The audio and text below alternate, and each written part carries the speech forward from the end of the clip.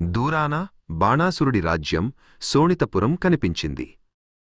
ఆ కోట కేవలం రాతిగోడల సముదాయం కాదు, అది ప్రకృతి కూడా అతని అహంకారానికి నీడగా నిలిచిన దేశం. ఎత్తైన పర్వతాలు, విషపూరిత లోయలు, బాణాసురుడి 1000 భుజాల శక్తికి గుర్తుగా ఉన్న కోట అది. కృష్ణుడు, బలరాముడు ధర్మరథాలపై నిశ్చయంగా ఆ మహాకోట వైపు పయనించారు.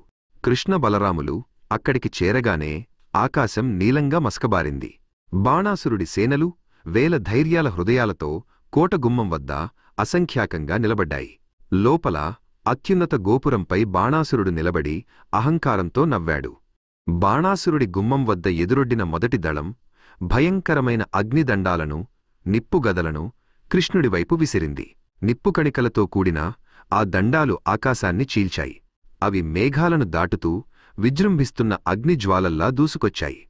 కృష్ణుడు చిరునవ్వుతో తన సుదర్శన చక్రాన్ని మెరిపించాడు. ఆ భయంకరమైన వేడికి భయపడకుండా కృష్ణుడు మెరుపును మించిన వేగంతో చక్రాన్ని శత్రువుల వైపు పంపాడు. సుదర్శన చక్రం వేగంగా దూసుకెళ్లి ఆ అగ్నిదండాలన్నింటినీ కప్పేసి వాటి శక్తిని హరించివేసింది. కోట నుండి వచ్చిన ఆ భయంకర ఆయుధాలు భూమికి కేవలం సువాసన ధూపంలా మారిపోయి శాంతంగా పడిపోయాయి.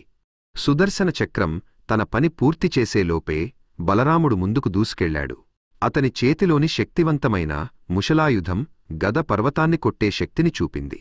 బలరాముడి ఆగమనం శోణితపుర సైన్యంలో వణుకు పుట్టించింది. బలరాముడు ఒక్క దెబ్బతో సైనికుల మొదటి వరుసను భగ్నం చేశాడు. భూమి కంపించింది, రాళ్లు రాలాయి.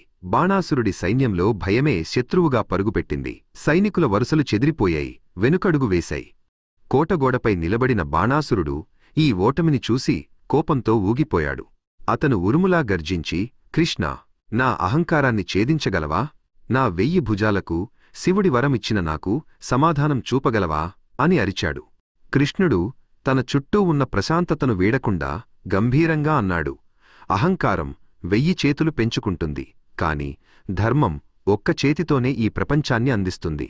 ఆ వెంటనే కోట నుండి వచ్చిన 10,000 బాణాలను గరుడు తన దివ్యరెక్కలతో చీల్చాడు.